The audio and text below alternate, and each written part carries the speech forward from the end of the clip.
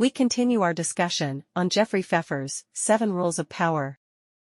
In this part, we're talking about something crucial for personal power: image. Your image is your political life. There's a Chinese saying, "Don't judge a book by its cover," which actually states a first-order truth. Behind it lies a zero-order truth that people mostly judge by appearances, and this method is highly effective. Especially for power, it's almost entirely judged by outward performance to see if you have real capability. They say, time reveals a person's heart, but that doesn't apply to work relationships. If your tenure is only 3 years, you can't expect others to follow you in the 2nd year, or truly understand you in the 4th year. The reality is, no one wants to spend time getting to know the real you. You have to assert yourself from the start and swiftly get to work. Many stories teach us 2 things. First, power truly has an aura, and knowledgeable people can easily tell if someone is capable just by their appearance. Second, the aura of power isn't about beauty or ugliness in the ordinary sense. This power aura is your image. You must maintain this image well, because it sets expectations for others. Previously, when we shared Hidden Games, the Surprising Power of Game Theory, to explain irrational human behavior hardcover, we talked about this principle: who plays the hawk and who plays the dove in the room needs to be clear and accepted. Subordinates should look and act like subordinates, ideally quick and competent. Superiors should exude authority effortlessly. The most important quality for power is still confidence. Extreme confidence. Confidence not only leads to promotions, but also radiates power. As a superior, you must project your confidence onto your subordinates, making them proud to work with you, confident that they can get things done, and believing that the team will excel without fail. Take Cao Cao, not just confident in novels, but also historically.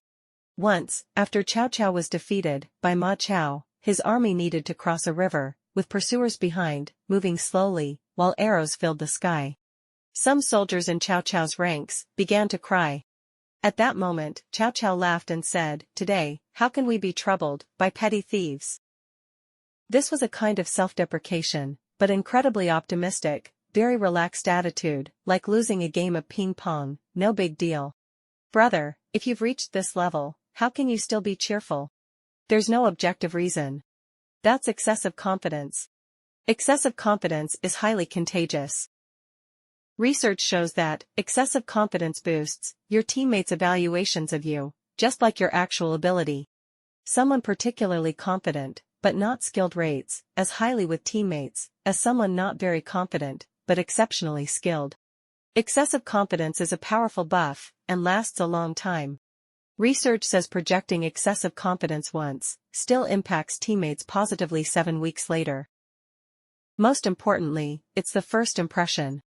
You must establish yourself positively from the outset.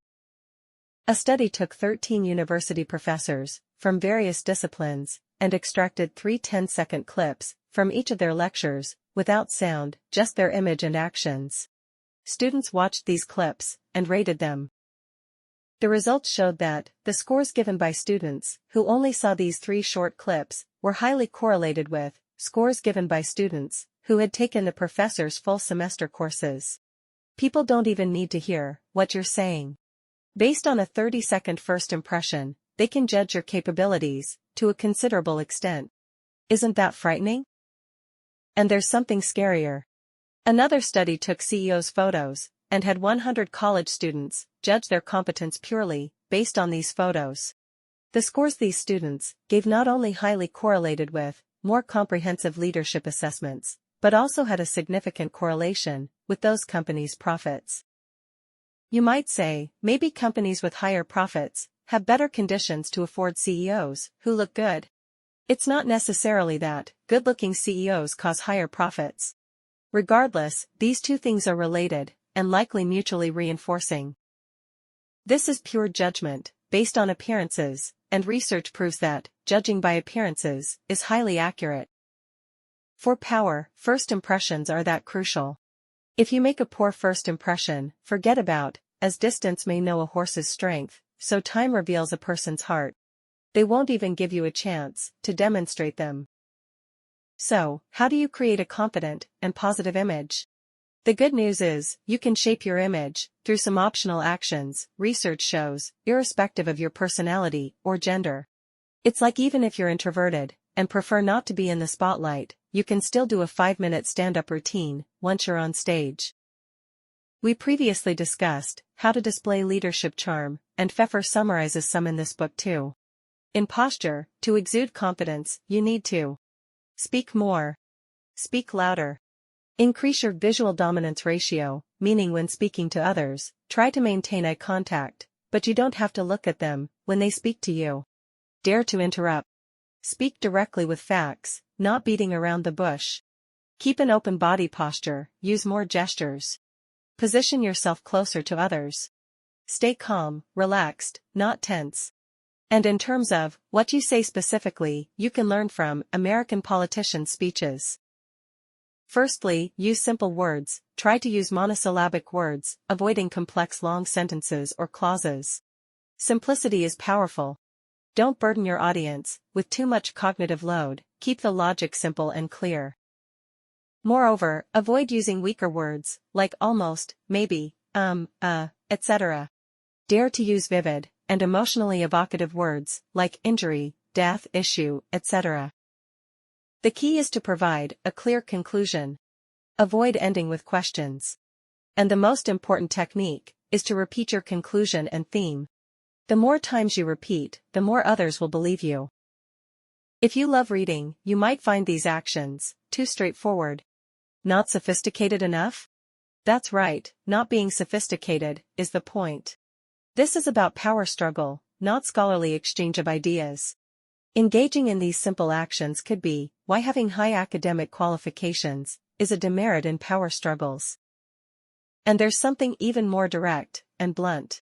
Pfeffer's most important admonition for those in power is never to apologize for work-related matters. Let's talk about 2 incidents from 2010. One involved BP's oil drilling platform in the Gulf of Mexico exploding, causing the death of 11 workers and significant environmental pollution.